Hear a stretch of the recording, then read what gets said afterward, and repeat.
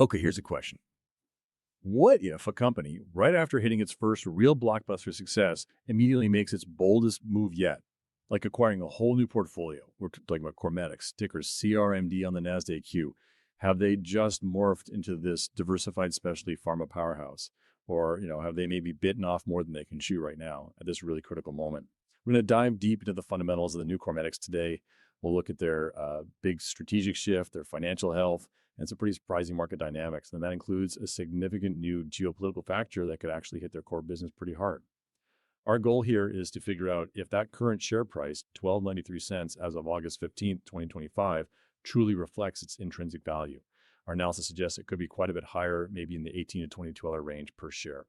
So let's unpack this. This deep dive is all about understanding the really profound strategic crossroads CorMedix is at right now. I mean, in less than 2 years, they've gone from basically a development stage hopeful to a profitable company with multiple products. The decisions they make in the next few months, they're going to determine if this whole transformation unlocks serious shareholder value or if it just introduces too much complexity too quickly. Yeah, and what's really fascinating here, it's not just a simple growth story, is it?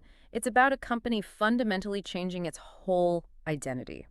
So we'll dissect all the layers of that change. We're talking everything from their core products, market sentiment, and crucially, the big risks they're facing now as a much larger player. Absolutely. So to really get our heads around the scale of this transformation, let's start at the beginning. What does this company actually do? Chapter 1. Business understanding beyond the one product wonder. Right. For most of its history, CorMedix was, well, pre-revenue. A development stage biopharma just focused on that single lead candidate. Then DefenCath arrived and boom, everything changed.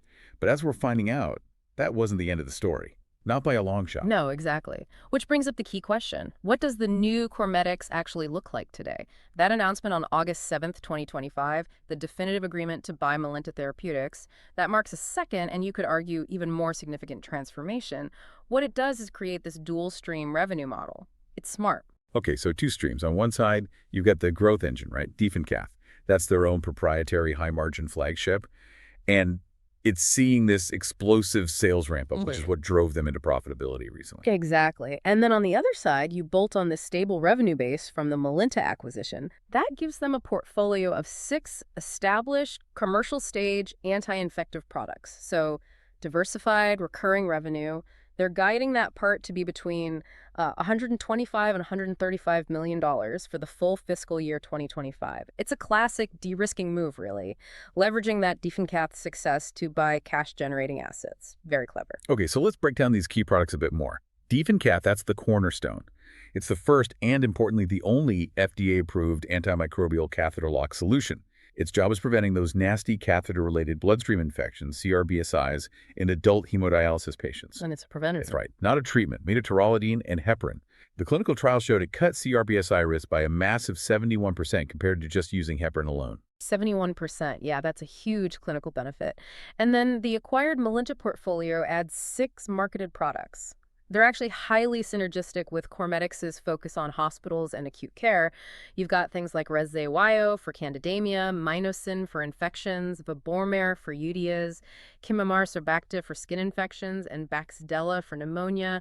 Just that Melinta portfolio on its own brought in about $120 million in revenue back in 2024. So these are established products. And it's not just about what's selling now, right? The pipeline looks interesting too.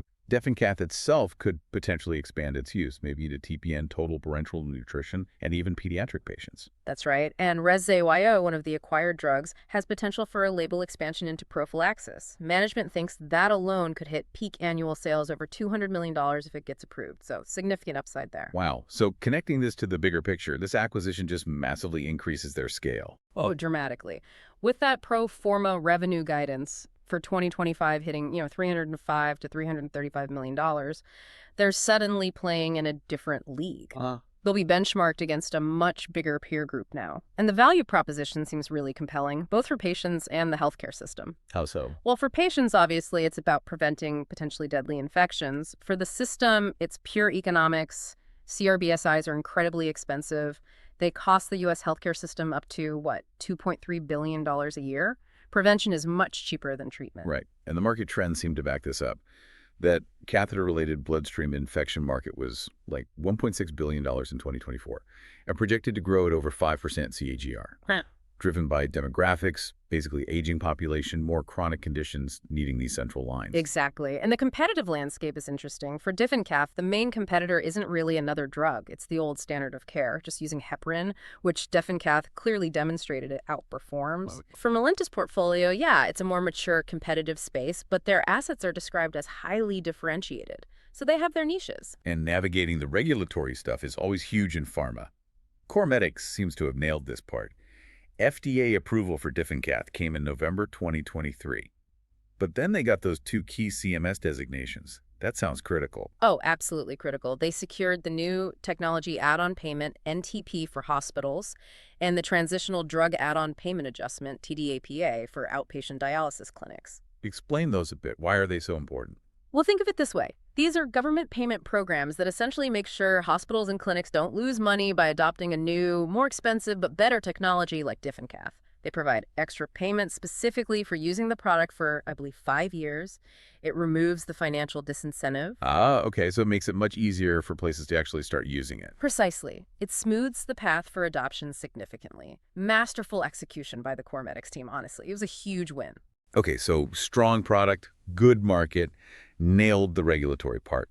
What about their competitive advantages? What builds that moat we always talk about? Right. The barriers to entry here are just massive. You're looking at like 10, 15 years and over $1 billion typically for R&D in this space, plus high clinical trial failure rates, complex regulations, IP protection.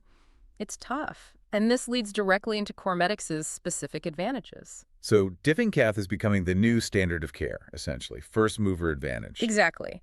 And the Melinta deal adds those economies of scale. Management is calling out $35 to $45 million in annual run rate synergies they expect to get from combining operations. That's substantial. It is. And there are also these sort of subtle switching costs. Once a hospital integrates DefenCath into its protocols, its workflows, the effort and cost to switch back or to some future competitor, it becomes significant. Bureaucracy and inertia work in their favor. Makes sense. But the biggest advantage, the real core of the moat, is around DefenCath's protection. It's multi-layered. It has 10 years of guaranteed market exclusivity until November 15th, 2033. That comes from its new chemical entity and qualified infectious disease product designations from the FDA. Okay, 10 years guaranteed. Yep. And those aren't just random labels. They're specific designations for truly novel drugs tackling serious infections, and they come with that strong protection. But beyond that, there's a key U.S. patent that extends protection all the way out to 2042. Wow, 2042, that's a long time. It's a very long runway. That combination should let them really dominate this niche for a long, long time. Chapter 2, Management Evaluation Stewards of a Transformation. Okay, a huge transformation like this, it doesn't just happen, right? You need strong leadership. The team, led by CEO Joseph Tedisco, they seem pretty well suited for this, don't they? His background looks relevant. It does. He's got extensive commercial strategy and M&A experience from bigger pharma companies. Plus, he actually co-founded and sold a specialty pharma company before, so he knows this playbook. And their communication seems pretty good, too, like on that Q2 earnings call. Yeah, I thought their transparency was a positive sign. They laid out a clear rationale for the Melinta deal, gave that pro forma guidance, answered analyst questions directly.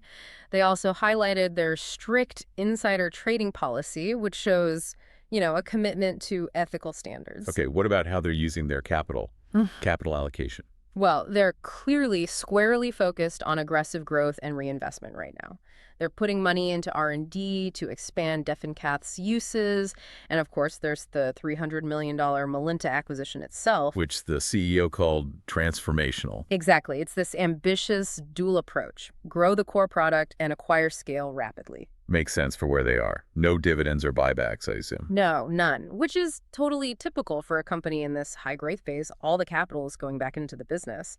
And interestingly, their normalized return on invested capital, the ROIC, just for DefenCath, it's been exceptionally high, like 54%.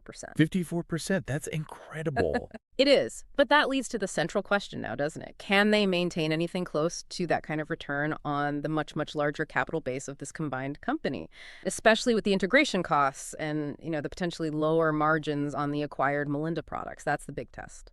Chapter 3, Financial Analysis, the Anatomy of an Inflection Point. Right, let's dive into the numbers then. As of our analysis date, Mid-August 2025, CorMedix has a market cap around $965 million. So, still technically small cap. Yep, small cap territory. But look at that revenue trajectory. It's practically vertical. For years, nothing. Then DefenCath launches. Full year 2024 revenue, $43.5 million. Okay, good start. Then Q2 2025 revenue hits nearly $40 million.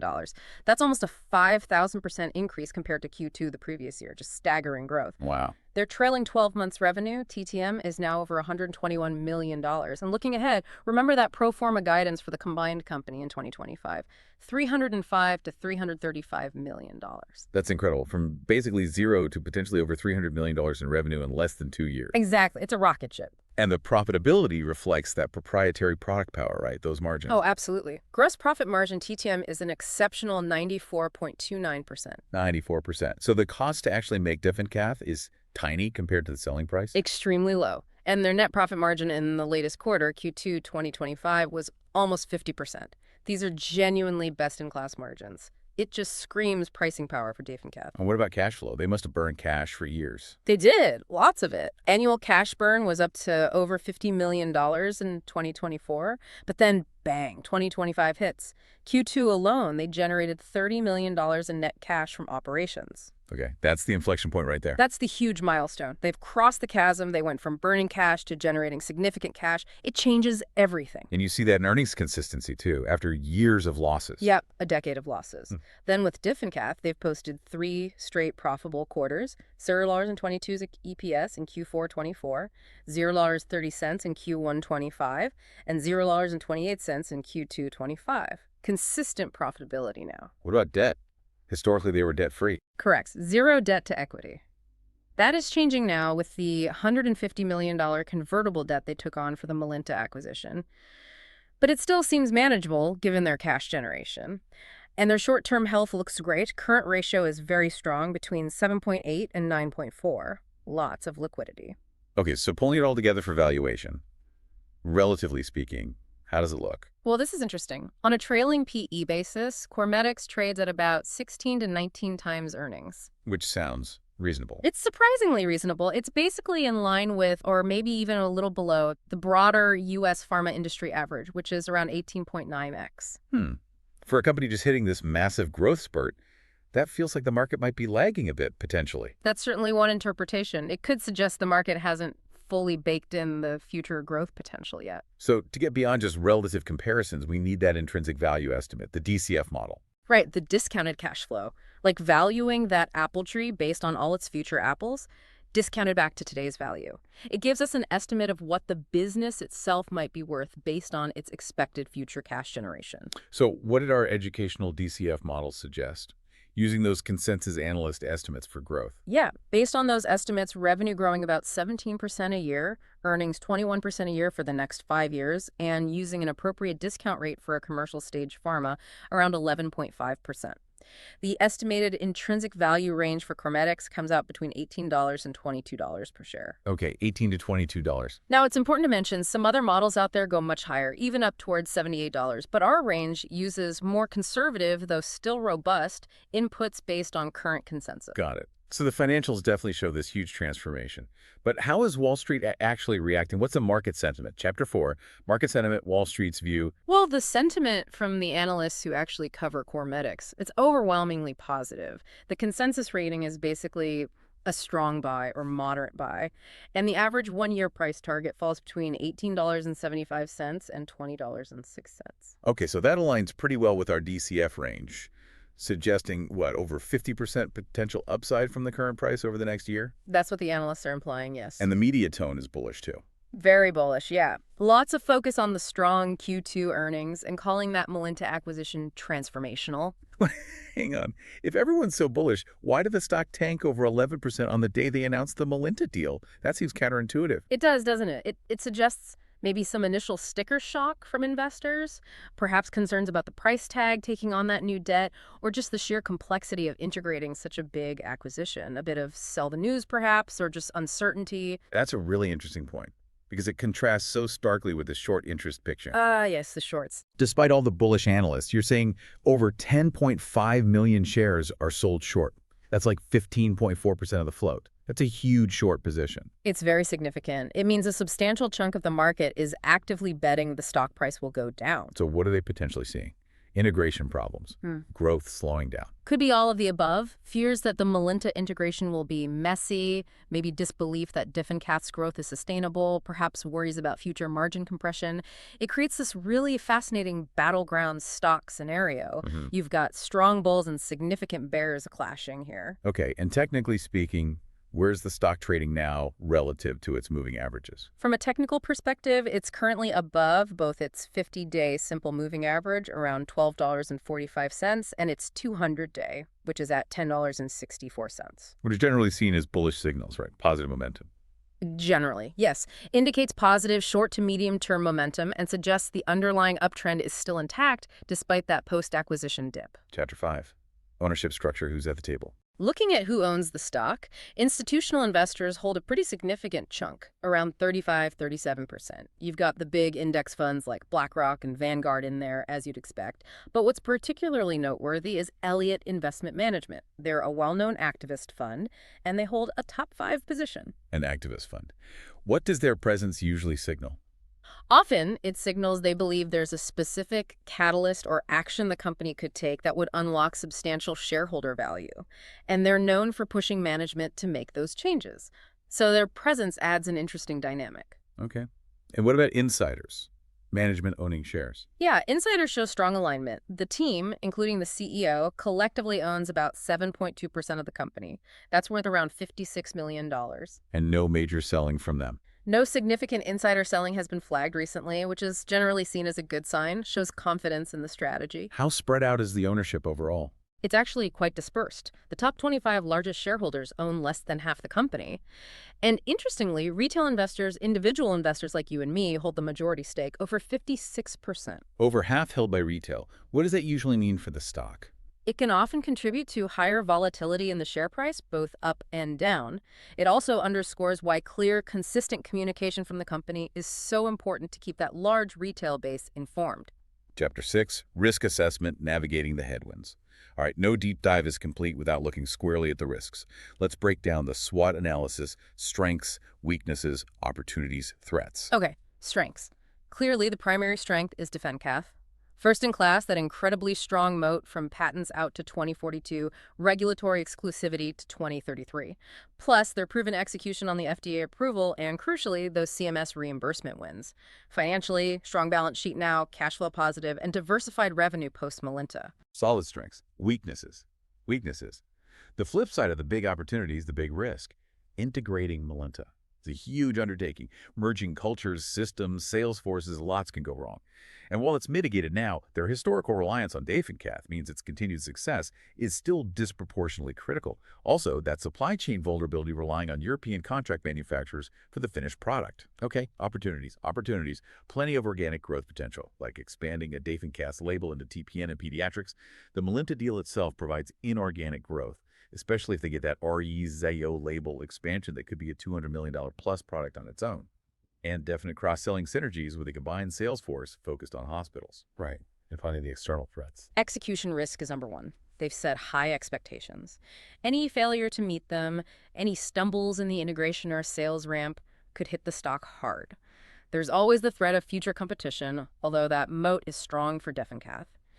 And ongoing pricing and reimbursement pressure, especially from government payers like Medicare, potentially amplified by things like the Inflation Reduction Act. Yeah, those macro factors. Exactly. Two big ones.